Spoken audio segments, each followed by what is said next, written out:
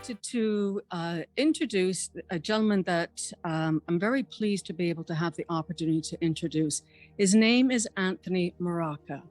And Anthony Mrocka is really one of the finest mediums that I have had the opportunity to observe.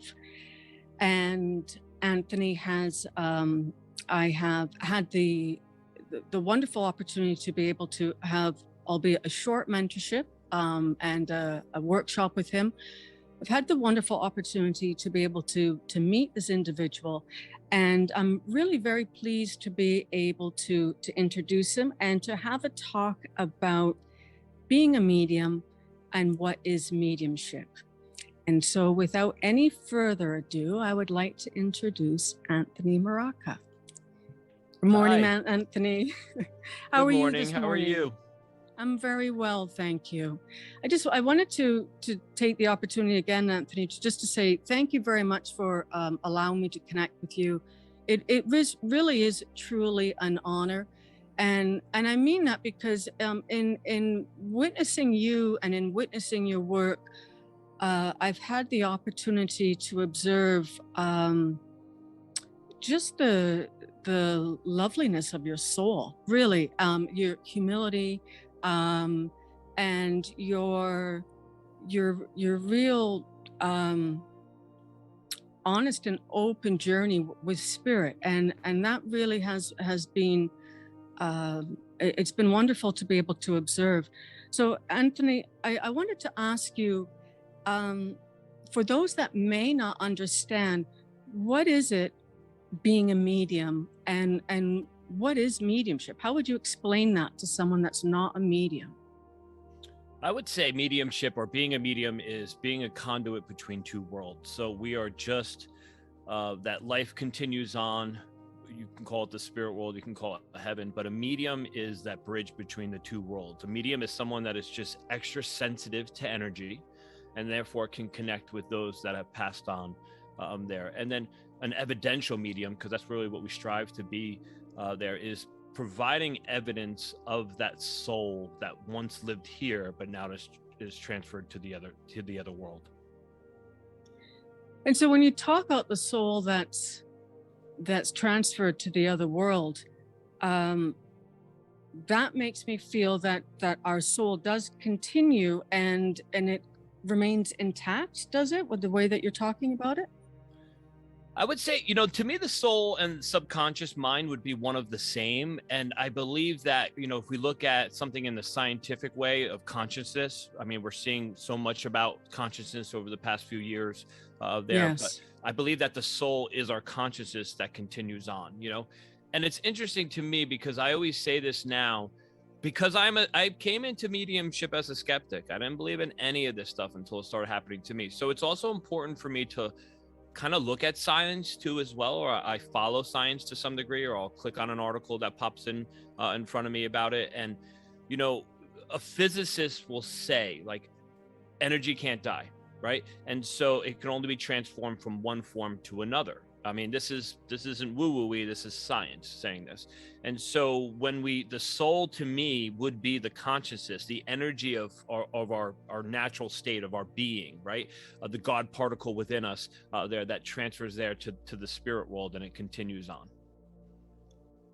And that actually really aligns with the way that I've always looked at things too, because I've always wanted to be able to explain to others perhaps, but I've had to also learn to understand, what is this soul? Like, is it woo-woo? And so I had to delve into science also to understand, just as you're saying, consciousness, and that we are consciousness, and that doesn't change.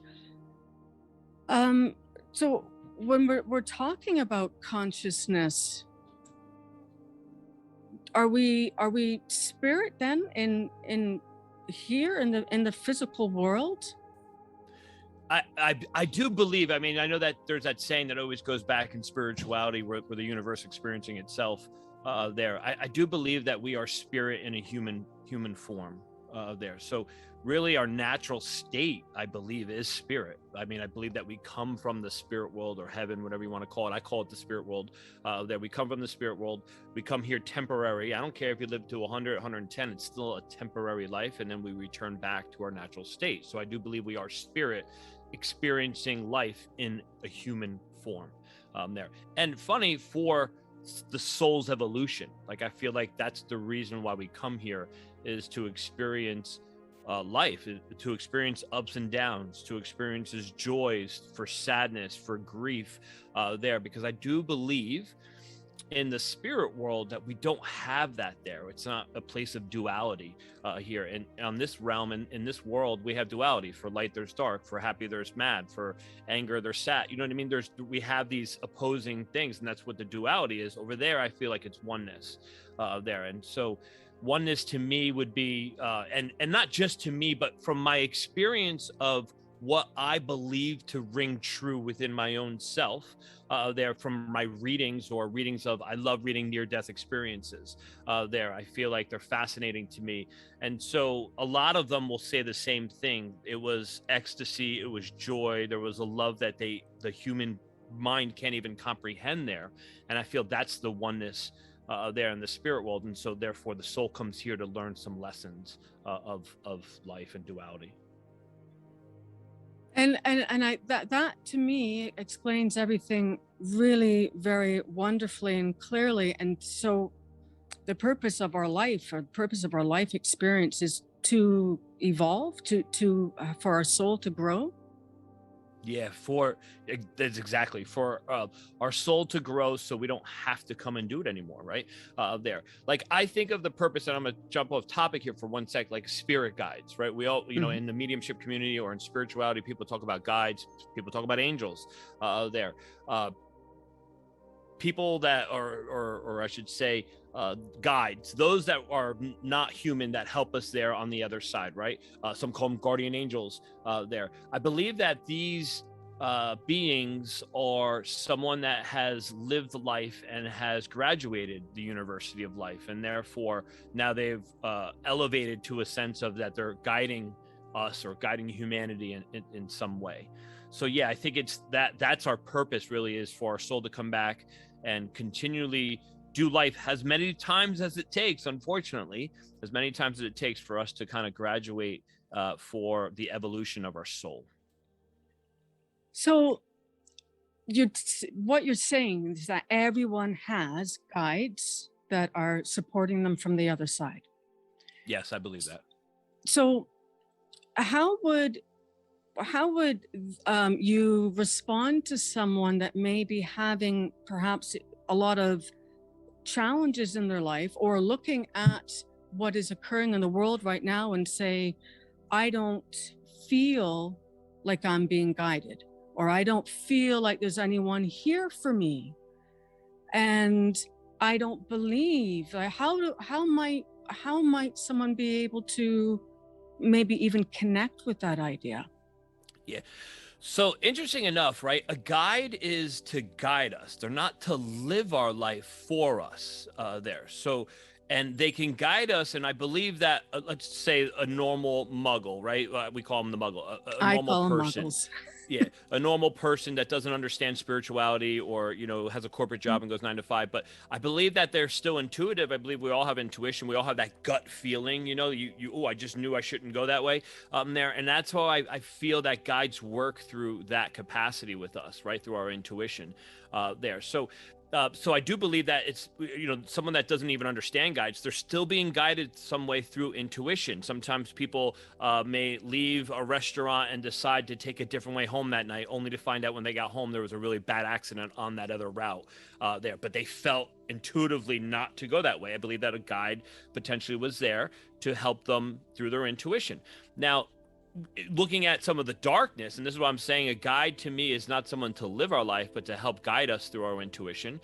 We still have that quote unquote free will, that you can not listen to your intuition and decide not to follow that and go to that route on the way home and potentially maybe end up in that accident there. So you still have that free will to live it. But especially in dark times, right? That's what you're really talking about. I mean, I think right now on our planet, what we're seeing politically, what COVID here in I know you're in Canada, in America, our politics there. It's just a dark time right on Earth. It But I is. believe that we have to go through dark times to see the light. I know it's a cliche saying, like sometimes it's in the darkness, it's hard to see the light.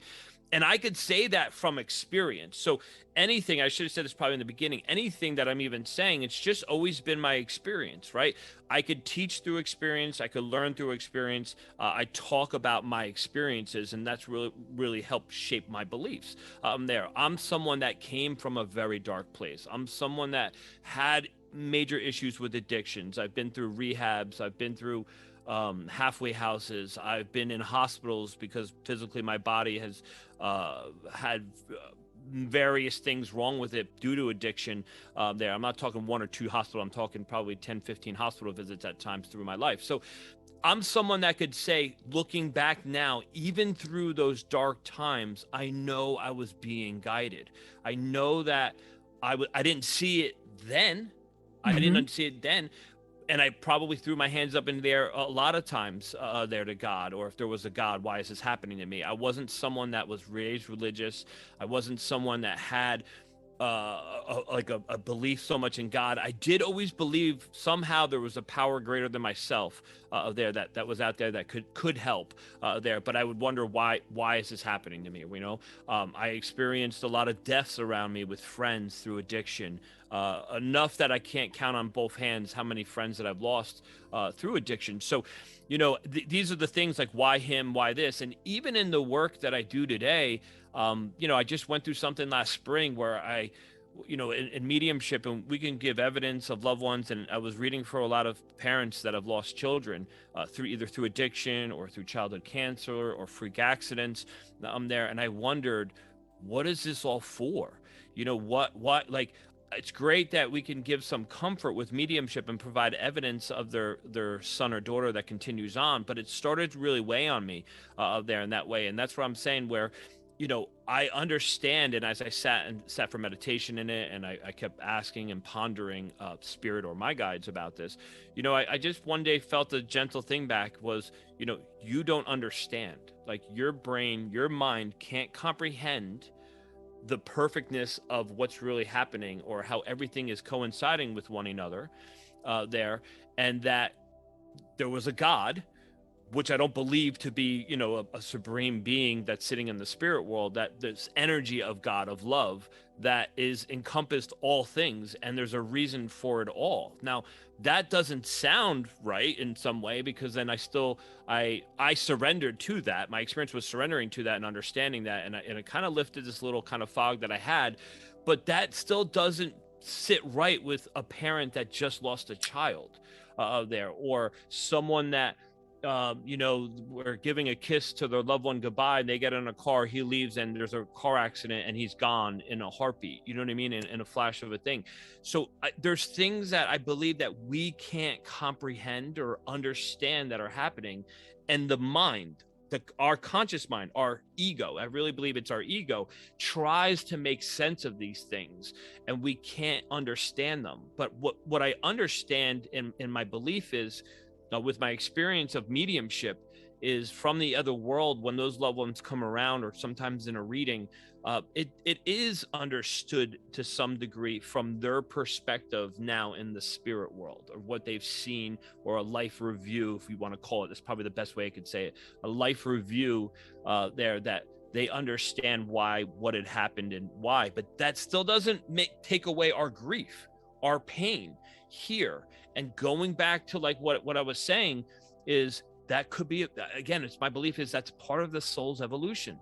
We came here to also experience grief, to experience loss. Unfortunately, as unfortunate as it is, I don't wish it on anyone.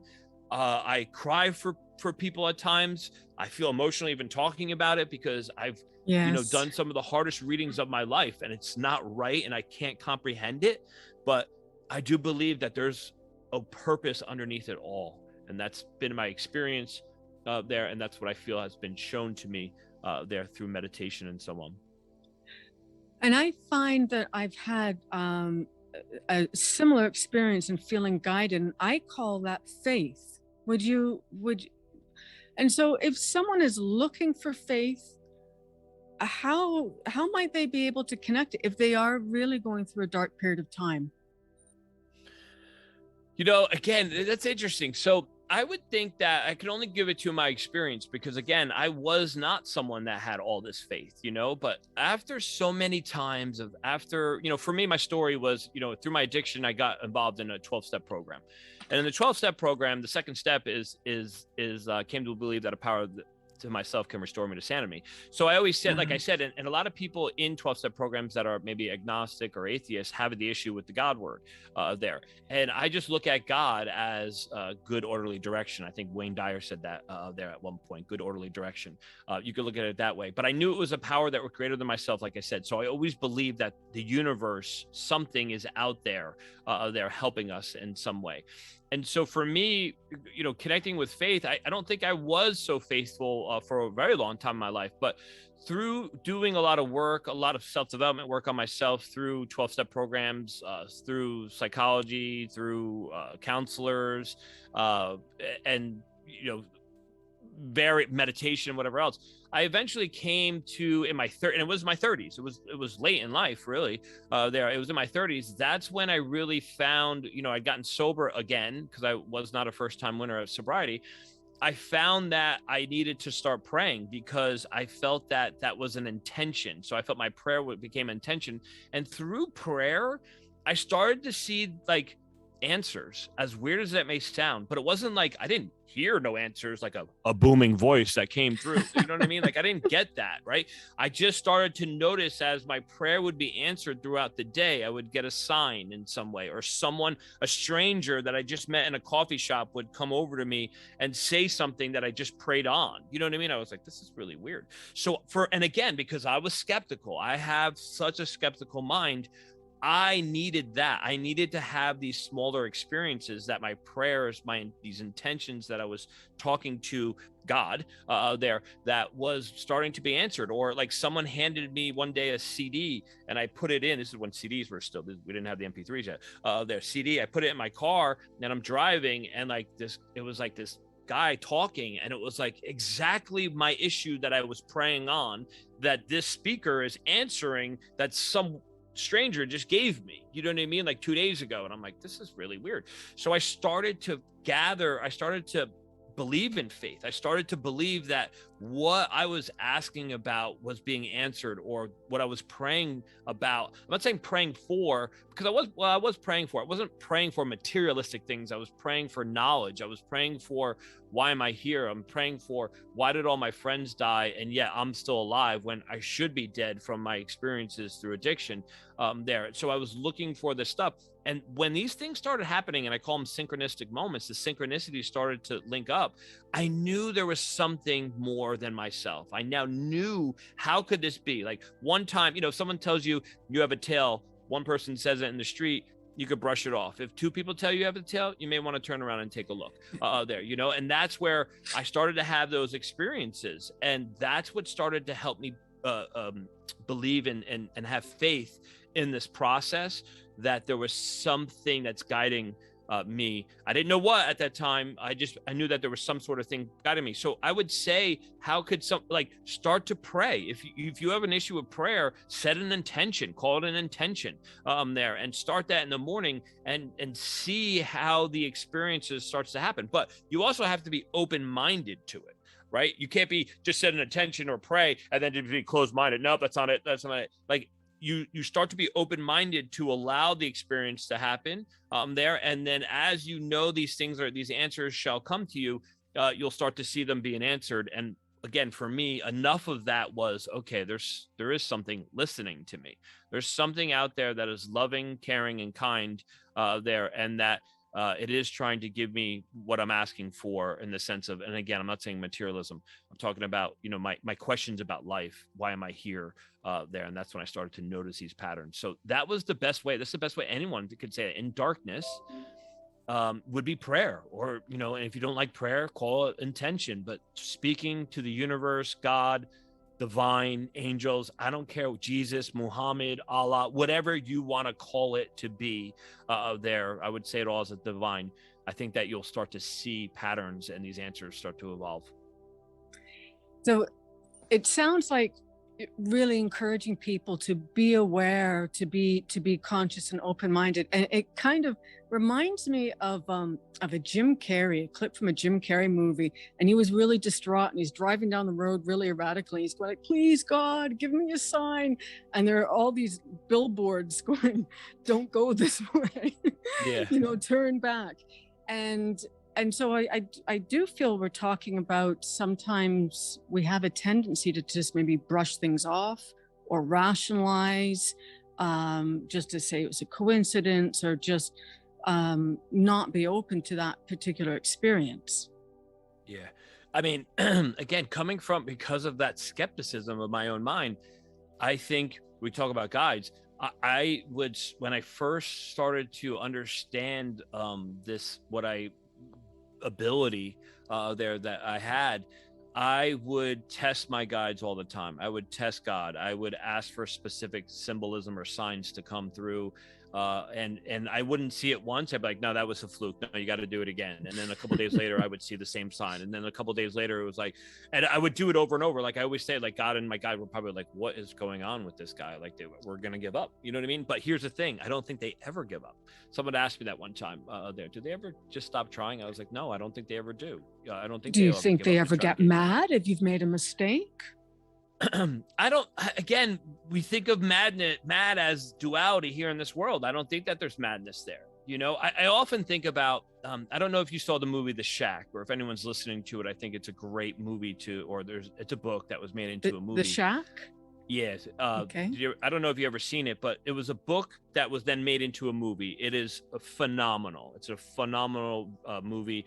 And there's a part in there where that I think it's wisdom speaking to him there. And wisdom says this gentleman lost a child and now he's mad at the world. And he has this weird experience where he meets God there. And wisdom says he has two other children, and wisdom says he wants to, hurt the man that's done this and stuff like that, because it's not right who did this to his child. And wisdom says, okay, you have two other children. You pick what one that you're going to damn to hell forever there. Like you I don't know if that's the exact words they use, but the one that is going to have a bad life from now on. And he said that, and the gentleman says, that's not fair. Those are my children. I love all of them. And that's the point.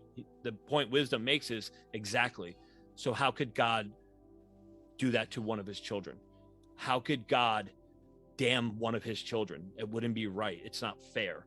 There, God loves everyone, right? Everyone in that sense. So I think that in the essence of what we're saying here is, I think that I don't think that there's mad there. I don't think that there's anger there. I think that our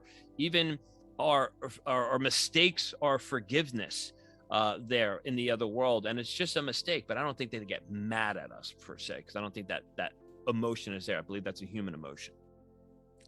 And I like the way that you described that you feel that being mad is a human emotion, because I do hear people say or worry that, I think God is mad at me, or this has happened. I'm being punished somehow for something that I've done. And so I think sometimes we do look at God from our human perspective, and it's much more than that. Yeah. So. I don't want to get off the topic either here, but when you say that too, I mean, I think a lot of it stems from dogma, unfortunately, Yes. of religion.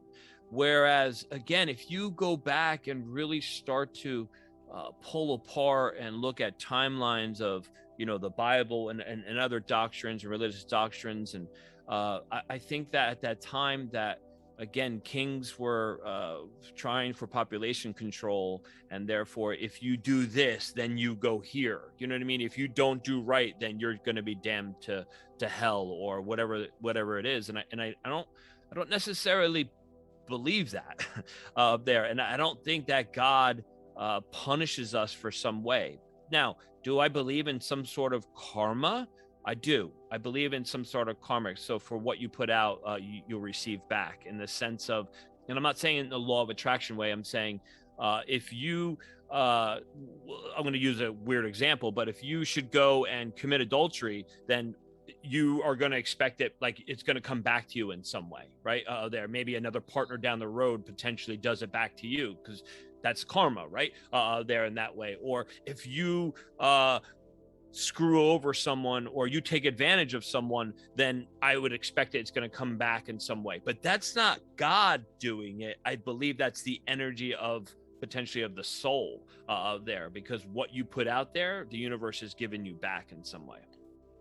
So like you were saying, the universe kind of responds to us. It kind of responds to our actions. Yeah. And so the more aware that we are of our actions, if we want to change the path that we're on, is to have more awareness of what we're doing. Absolutely. Absolutely. Yeah.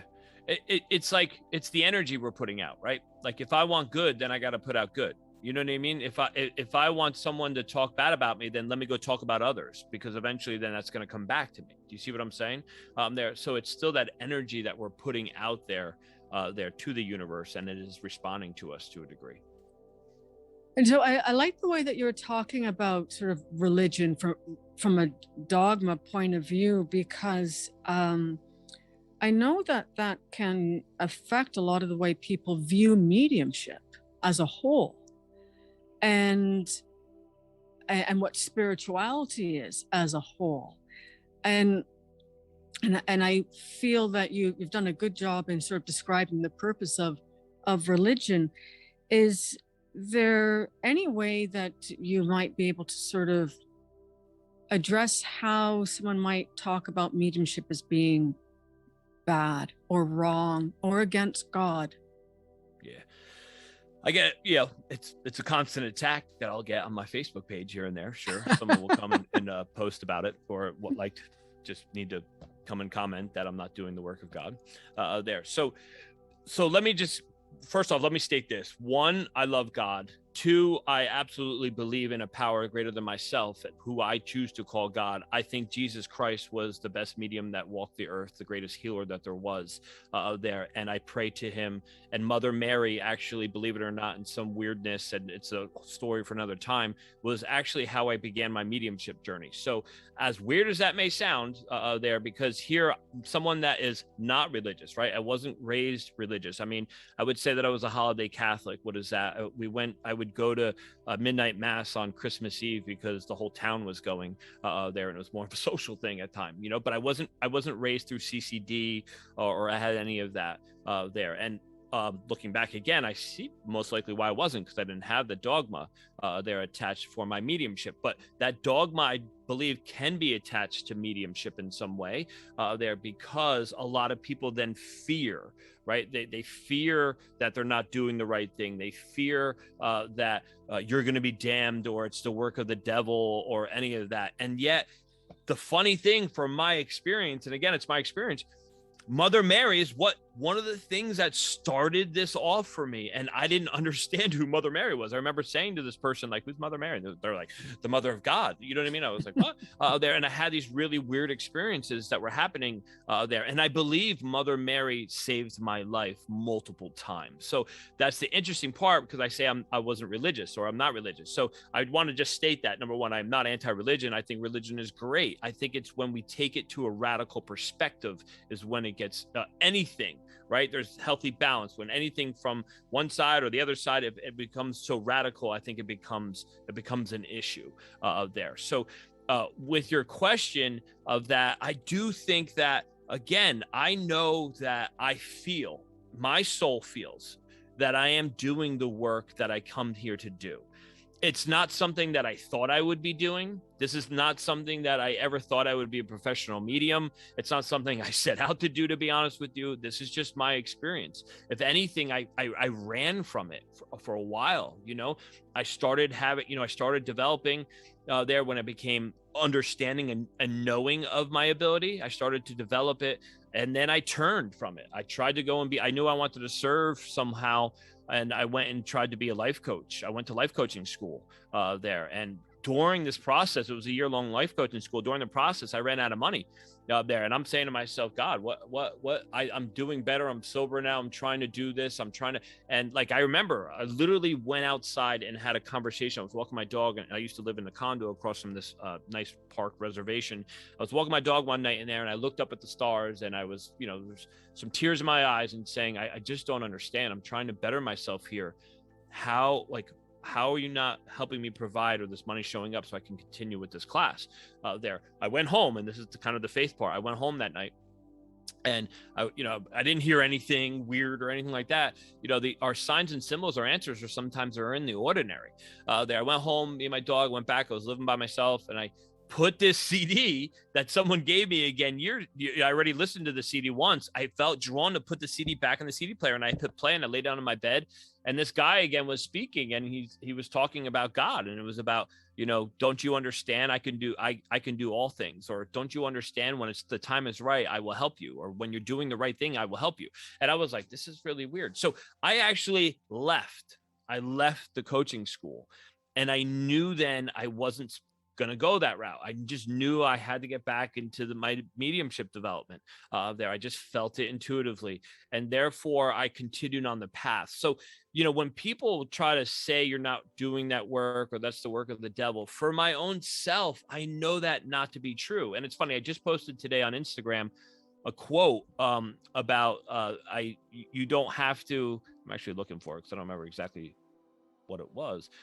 It was, let them be wrong about you. There's nothing to prove there. And like, I don't feel the need to have to go and prove that anymore. I did for many years. I would try to comment them back, or I would try to have a debate or an argument about it. But I know at the end of the day, my side of the street is clean. I'm doing the work with pure intention to really help. I mean, again, as a medium, why do we do the work? It is so potentially a healing happens there between both worlds.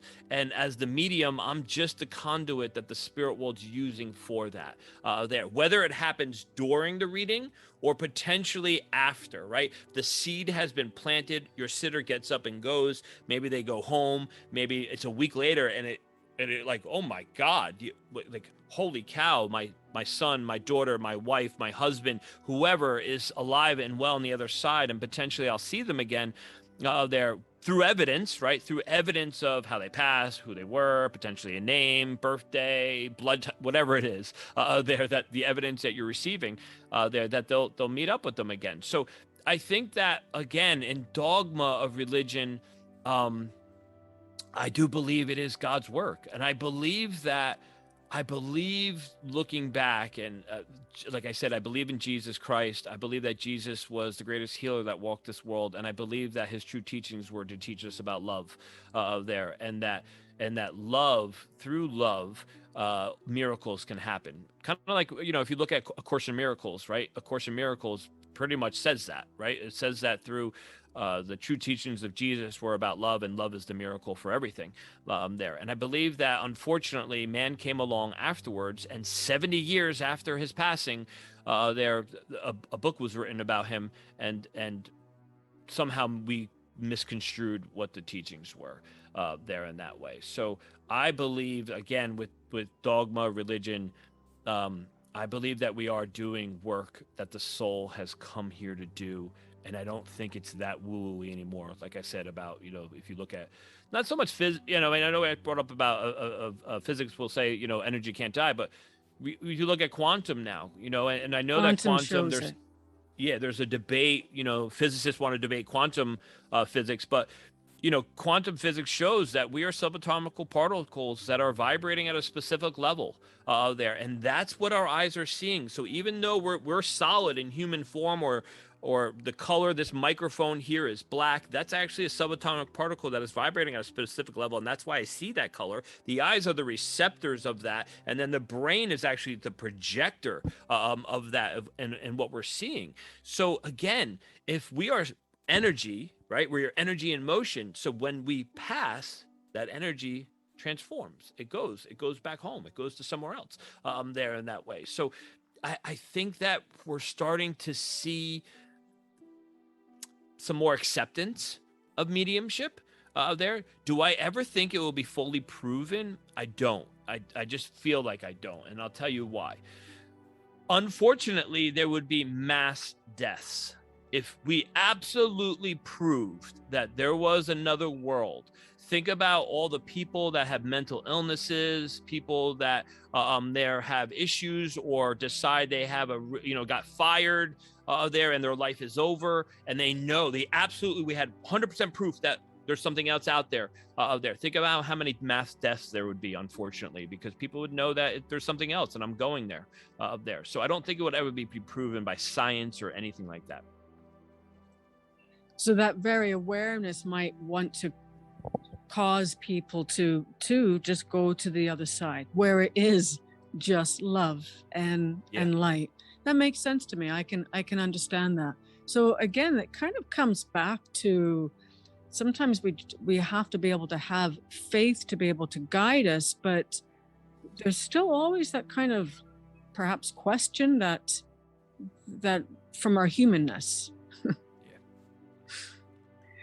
So when you talk about mediumship, Anthony, you really honestly, you described it really beautifully. And it sounds like mediumship really is about love, about being able to be that conduit for the divine. Can someone be medium and not know it? What would that experience be like?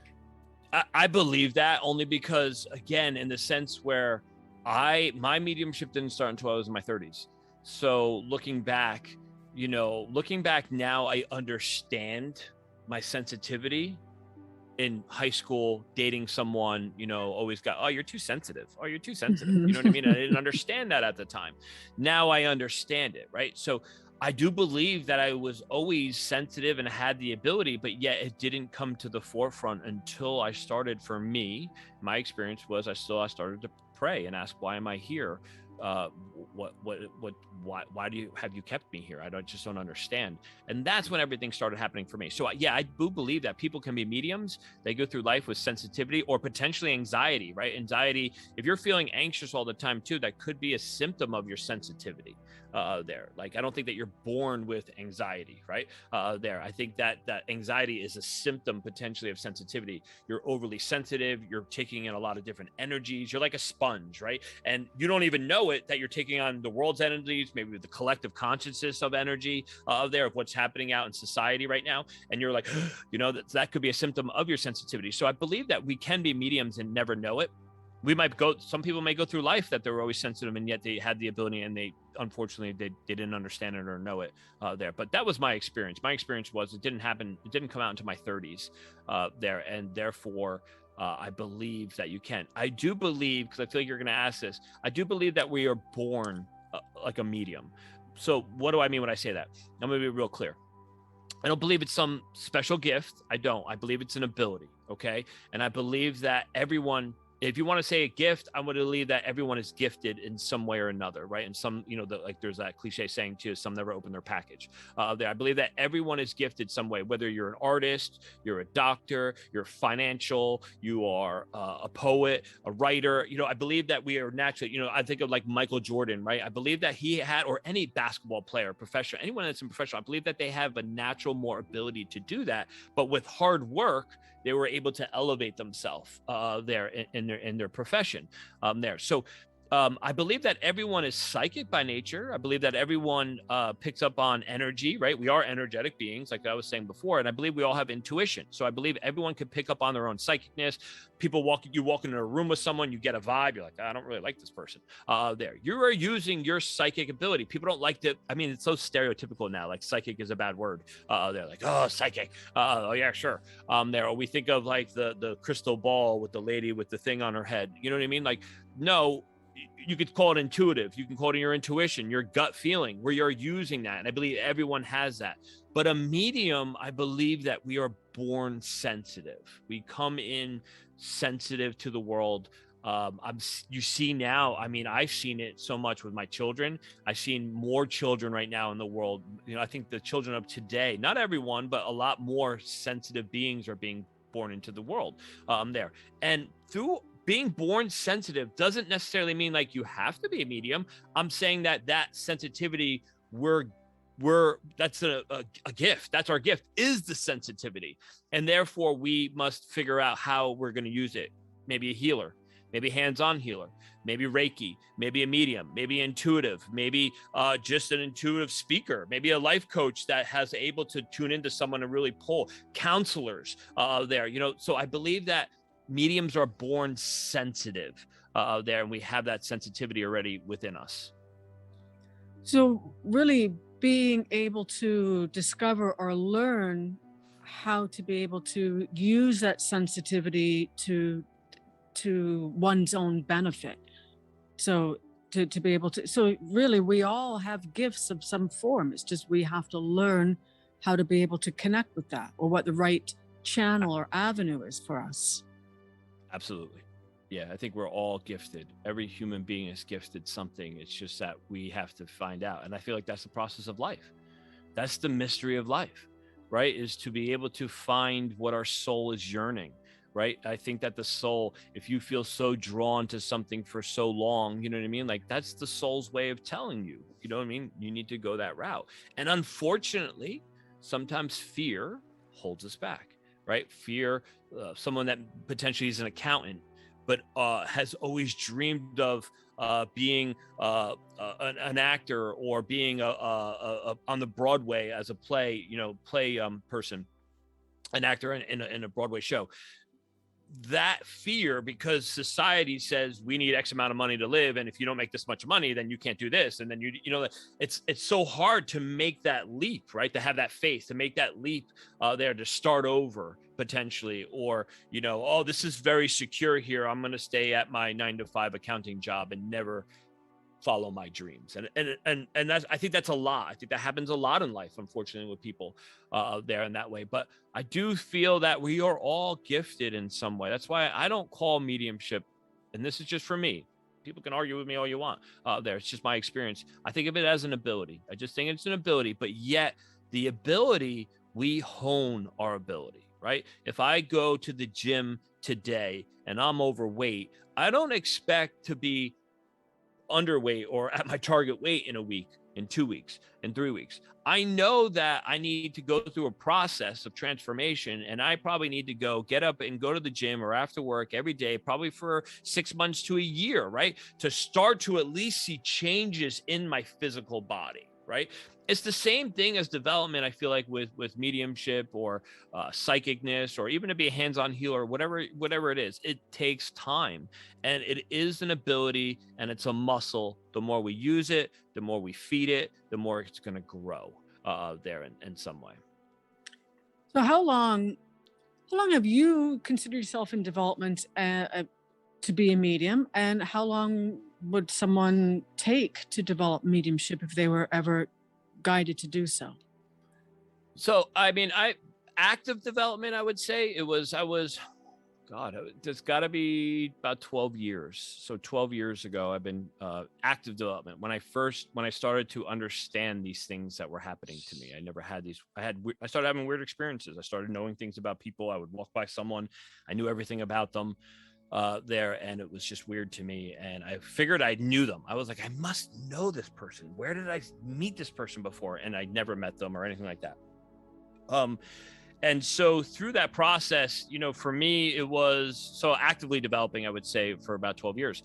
And yeah, 12 years. Wow. It is 12 years. Yep. 12 years there. So, but, again, looking back, I think that my life, my soul has always been, like I said, sensitive. My body has always been sensitive, right? I feel like, my father would say one thing to me wrong, and he wouldn't even yell at me. He would just say something, and I would feel his tone of his voice, and I would start crying. Feel his energy. Yeah. Feel like his my mom, energy. I always remember the story, and I remember it too. There, I remember one time my parents were divorced. My dad came to pick me up, and I think I had a little dirt on my shirt, right? And I got in I was outside playing. I got in my dad's car. He would pick me up to go to the weekends there, and I got in his car, and all he said was, go change your shirt, you're dirty, you know what I mean? And I came in like bloody murder, screaming, like my mom thought like I just fell off the cliff, or, you know, I cut myself, and she was expecting to walk around and see blood all over me, and it was just my dad told me to go change my shirt. But I felt that tonality, you know what I mean? So there's that sensitivity. So I do believe, you know, we're developing somewhat, but consciously or actively, it's been 12 years. How long does it take? I don't know that. I don't think there's an answer to that. You know what I mean? I know people try to put an answer to that in some way, but I think that everyone's different. You know, everyone is unique. Every soul is a different signature. You know what I mean? Like, and through that uniqueness of our soul, potentially someone may take 5 years, someone may take 10, someone may take 2 years, you know what I mean? To get where they're going. And I think it's time and effort you also put into it, sitting in meditation, quieting the mind and stuff like that. Again, the more that we put into it, I feel like the more steps that we take to spirit, I feel like spirit takes 10 steps towards us. So if we take 2 or 3 spirit steps towards spirit, I feel like they're going to take 10 steps towards us there in that way. So I know it's a lifelong journey. I don't think that I'll ever be done developing, right? I have questions when I get there to the other world. There, I got a lot of questions, right? I always say, and you know, the best thing about it is, and I should have said this probably in the beginning of the podcast, is when I start any class now or teach anyone, I tell them, I don't have the ultimate truth.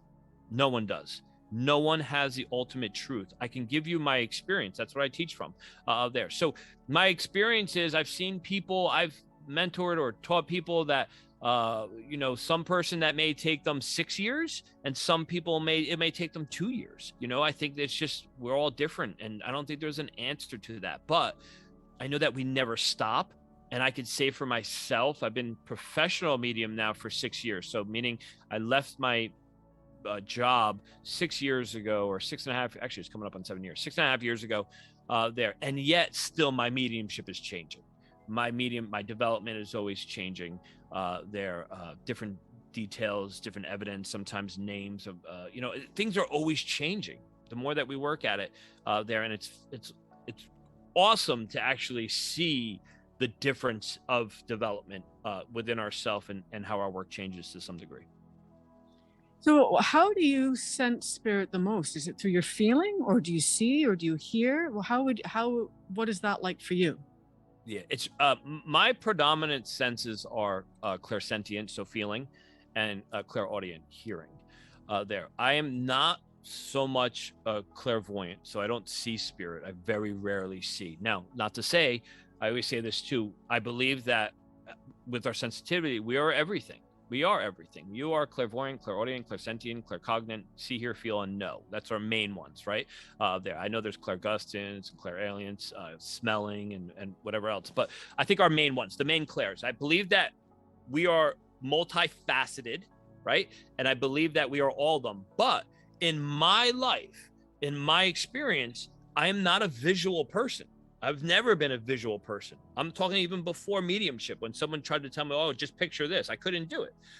I could feel that. I could feel the feeling of it. So I was always, my energetic system is not a visual type of person. So therefore, my ability comes out with more of the feeling or hearing. I also know I would rather, you know, there's like a test of love, like I forget exactly what the way it is, but I think Tony Robbins talks about it. But there is an actual test that you can go online and take to see how partnerships, or your wife or husband or whatever your partner is, loves, right? And see if you guys are on the same thing. And I know for me, like, I need to hear, you know what I mean? Or I need to feel. And that's funny, because that's my abilities in my mediumship there. Like, someone shows me their love, it's not, I would more rather hear something or just get the general feeling of their love there is more important for me, right? That's just how my system works. And therefore, that's where my mediumship works. So, but even with mediumship too, again, am I clairvoyant? I am. There's times I'll be doing a reading or I'm doing a demonstration, and I'll get a flash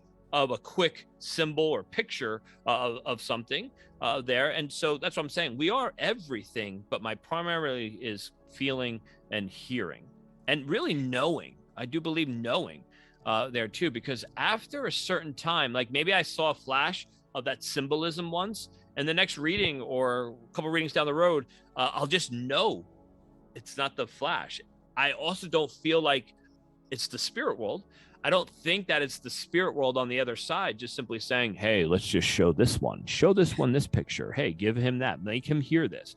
I believe it's our energetic sense, right? It's our capacity, it's our energy, our antenna, our reception there potentially of this stream of consciousness that is coming potentially from the other world and is melding into our soul, into our subconscious, and then therefore it's coming through our etheric senses. So whatever the medium is, if you're primarily clairvoyant, you're primarily going to see there. Do you see what I'm saying? I don't think it's the spirit world deciding. I believe it's us and our energetic being is giving us the best way it can get the information through.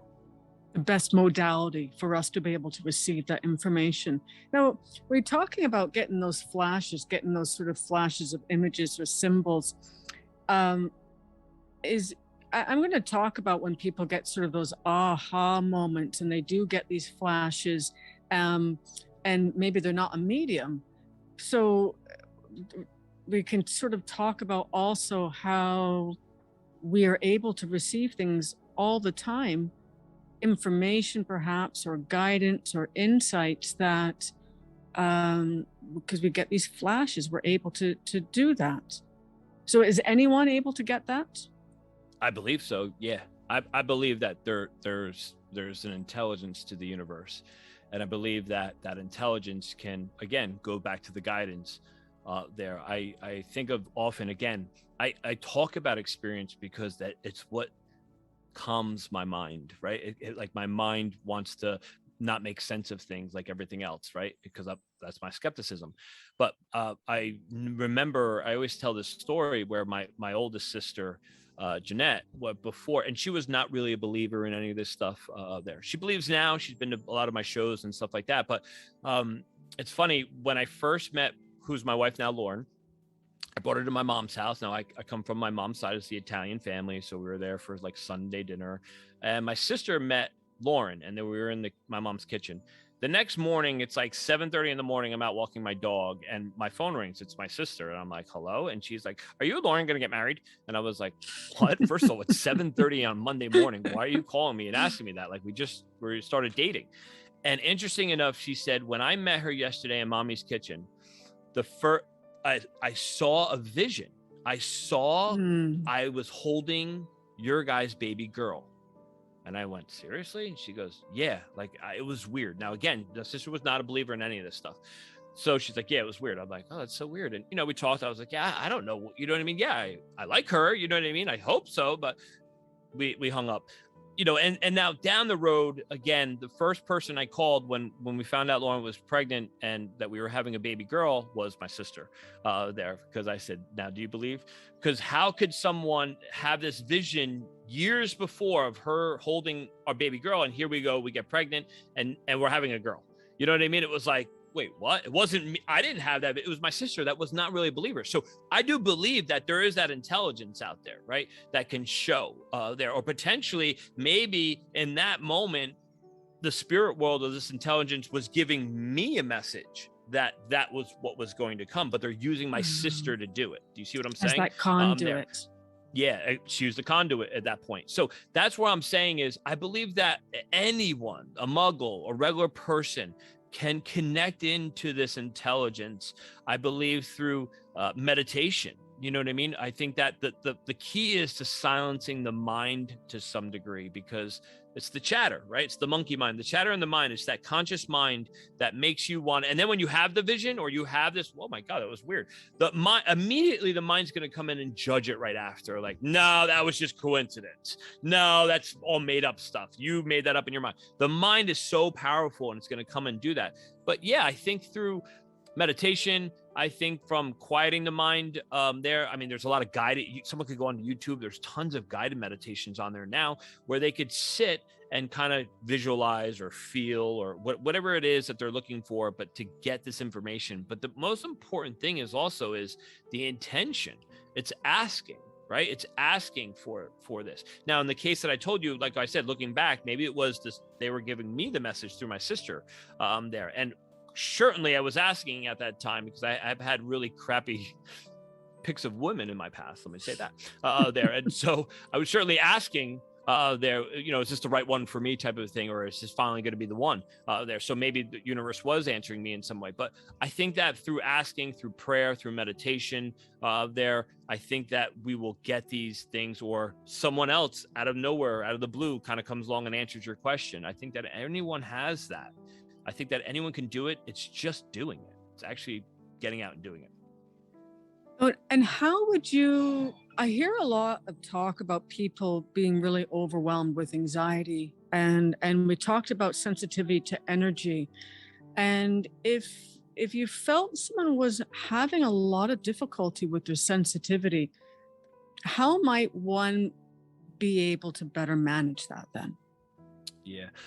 So again, I think that in my experience, right, when I had an energy overload, or I would be in a bad, I worked at a place, unfortunately, I worked at a place where it was very masculine energy, right? And it was overwhelming for me. It was like there was a swear every sentence out of the men's mouth, and it's just a very masculine energy place there, and people would argue and fight and so on there. And I would come home some days and I was just wiped out, right? And for me, it was taking a salt bath. I would actually take an Epsom salt bath to help clear my energy. Sometimes I needed something to clear my energy.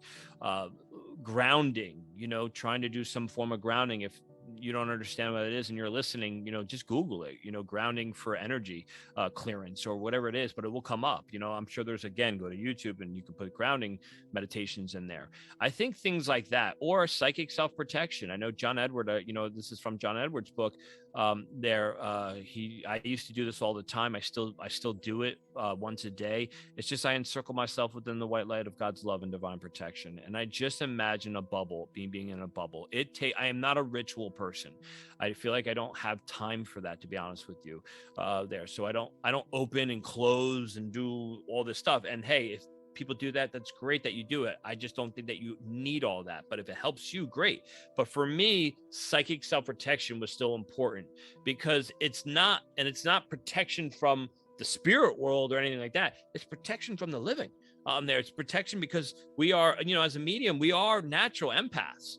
We are picking up on everything. We are literally a sponge, and the energy of the room, or even of a collective, when COVID hit, and It was heavy energy. I think that, the mediums and sensitives of the world are picking up on all the collectiveness of what's happening, the death, the divisiveness, the anger there, and so on. And I believe that we're picking up on a collective aspect of it too. So, it's just as simple. I circle myself within the white light of God's love and divine protection. I just imagine myself in a bubble, and then I go on my day there. It's worked there, and it's worked in the past when I've had to be in a job, like I said, that had the very toxic energy there. And I used to do that. Sometimes there I would do it twice a day there. I would redo it again around 3 p.m. There. But I would say that, and getting in touch with yourself, really getting on a path of self-development through some sort of work, whether that be through journaling, writing, tapping, EFT, emotional freedom techniques there. Again, go to YouTube, you can learn that stuff. But hypnosis, self-hypnosis, or seeking out a counselor, seeking a mental health counselor to help you realize what's really yours and potentially what's not yours there. Because I think sensitives, as a sensitive or an empath, we also take on others' energies, and therefore it's not even our issue, but we take it as ours because we don't understand that energy has just been lodged within us now. So a counselor would be a great place to start, to realize what's yours and what's not. What's really driving that machine underneath, right? Because something's driving our overload of sensitivity, and that we need to kind of get to the bottom of it. Yeah, I think that really explains it really well. I love the way that you explained that. And when you talked about the collective around COVID and the energy that's going on right now, I want to ask you, because we had a discussion about the soul and the soul's evolution. Are we evolving as consciousness? Are we evolving here, mankind here on Earth? Like what's going on? I ask these questions myself all the time. You know, it's a dark time. I believe it's a dark time. I don't care what side of the political spectrum you're on. I believe we're in a dark time right now. And I'm no astrologer, but I follow astrology. So meaning in a sense, like I follow astrology, I'll read up on it, but I don't understand it or know it to be, I couldn't do an astrology reading. That's what I'm trying to say. I couldn't look at someone's chart and say, oh, you have this, this, and this. But great astrologers can there. And so, interesting enough, I know that, especially here in America right now, I know that, and I've been following some of the astrologers, that America is going through its Pluto return. If someone's probably going to tell me I'm wrong on this right now, but what I understand there, because it's just off the top of my memory here. And we're talking about from 1776 when America was, the Constitution, everything was around. And like literally, like we're going through this Pluto return, and Pluto's about death and rebirth there. And it's like over these, and we've been going through it there, but like we're coming up to the final alignments of this there. So I have to say, I believe that there is a purpose for it all, you know, and through that darkness, there'll be a better world or a better planet at some point. But for every level of anything, I don't care if it's our own evolution, there, you know, the ego, the dark side, the shadow of things, for anything to be healed, it's got to come up. The dark side has to come out, and us to finally, for the light to finally hit it. So we need to experience the darkness. We need to experience that shadow side of things, whether it's through the world, the country, ourself, our own soul there.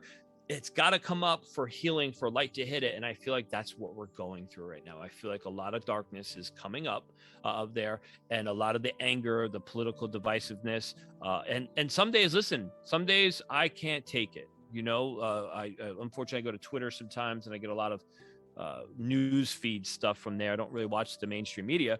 But you know what's funny? I'm going to say this now too, because I always say people are like, I don't watch the news, it's too negative. Well, social media has really taken over there, and social media can be just as negative as the media or the news there. So Yes. limiting sometimes our screen time, sometimes unfollowing things that constantly bring you negativity. There's nothing wrong with that. You know what I mean? So unfortunately, when I go to Twitter, though, Twitter is like my political app, I guess. There I see a lot of politics on there, or a lot of news on there. And some days I can't. I have to just let go, because I question it myself. Like what, like, please, like, hopefully we can come back. Hopefully we can come back together. What happened to humanity? Like, what's going to happen to humanity there? Social media, I feel like it's been weaponized, whether you see it or not. There's people using it for very political purposes. There's people in the world that don't want to see the world become a better place, you know? And I think that social media has been weaponized in some way. But ultimately, like I said, I believe that unfortunately, this divisiveness has to happen for some sort of change. And I don't think it's changes right now. I feel like this is years down the road still, unfortunately, there. But for any darkness has to come to the light, for the light to touch it and heal it there, whether it be through a collective, a country, the world, or through our own shadow side. You know, Carl Jung talks about the shadow side in man, that, you know, for every good there's bad, right? And I understand that. I totally get it. I understand. I've had an experience with it, with my own shadow there through meditation there, and I know that there's a darkness within my own self there, and you can never defeat the shadow. You can't beat the ego. You can't defeat it there. We have to work with it to blend it there, to become kind of whole there and understand it, because with the awareness of it, it's really half the transformation of doing it, becoming aware of it and that side of it. So humanity, I still have hope for, and I think that right now, you know, there's just this everything that has to is coming up, and I pray for greater peace and greater joy there. But you know, it's not all like that. There's times, like on my Twitter there, I that's the other reason why I love to go to Twitter also too, is because I find these really inspirational little clips. You know, this morning I was almost in tears. I clicked on my Twitter and I was on the treadmill, and there was just a clip of a young boy, a mother holding her young son, maybe he's 3, maybe 2. And his father's the train conductor, and the freight train's coming by, and he's getting to see his father and the father's tooting as he goes, this little kid, he's just of joy of, it's his dad, and his dad's waving as the train goes by, and it just like, it's just a wonderful. So I have to find these things to kind of get through these muddy waters right now.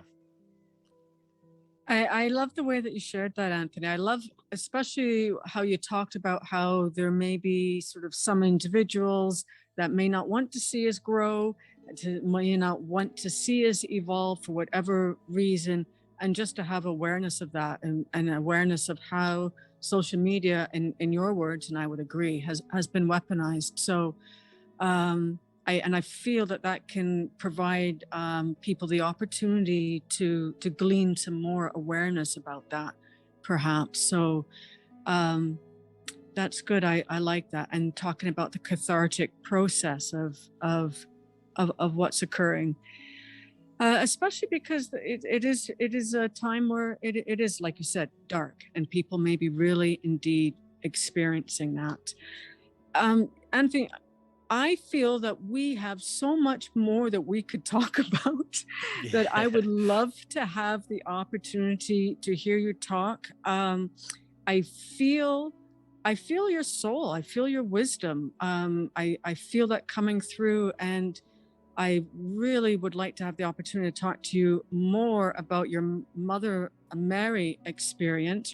And I feel that could be, again, a really good discussion. So I want to thank you for the opportunity, Anthony. It was just a joy to sit back and listen to you talk. And I feel that you spoke from your soul, and I thank you for that. Anthony, if someone wanted to connect with you, to watch some of your mediumship demonstrations or have a reading, if someone wanted to follow you, how might they be able to do so? Yeah, I'm on Facebook. I think it's Psychic Medium Anthony Mrocka on my Facebook. My website is anthonymrocka.com. Let me spell my last name. It's Mrocka, so anthonymrocka.com. Everyone always goes MOR. I'm like, no, it's MRO there. And actually, if you can't remember my last name, mediumanthony.com. Well, actually, it's pointed towards. It's also my website that points towards there. So, just because everyone spells my last name wrong. So my website has like my Instagram, I think my Facebook on there. You can go and follow. There are some clips on there too, as well, of some readings I've done, or small clips of demonstrations, stuff like that. So yeah, everything's accessible through my website. Thank you, Anthony. And I really wanted to say thank you for just being open with sharing your own personal experience.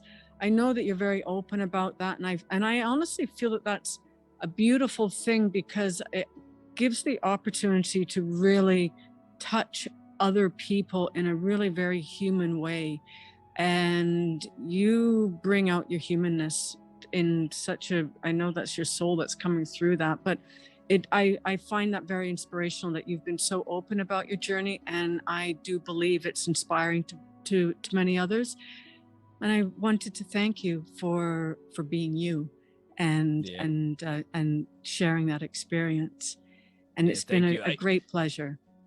Yeah, thank you for this. I'm happy to sit and talk anytime. It's, again, the other day I posted something too, and some days I post something that's kind of, near and dear to me, and some days I just post funny things. But I posted something about, I don't share my story for the people that don't like it. I share it for the one person that say, hey, thank you. You know what I mean? Like, I share openly and vulnerably about coming through addiction and stuff like that, because it's my hope that someone hears and says, wow, that was me, or wow, I had that issue, or wow, I have that issue, and there is hope in some way. Yeah, and absolutely, and you've done a wonderful job of giving that opportunity, and that I see that, and I think sometimes that's what it's all about: touching that one person, having the opportunity to just touch that one person that may be in that place of need at that time. So thank you again, Anthony. I'd love to chat with you again. I know you have a demonstration tonight, and I want to wish you many blessings for that. and thank you.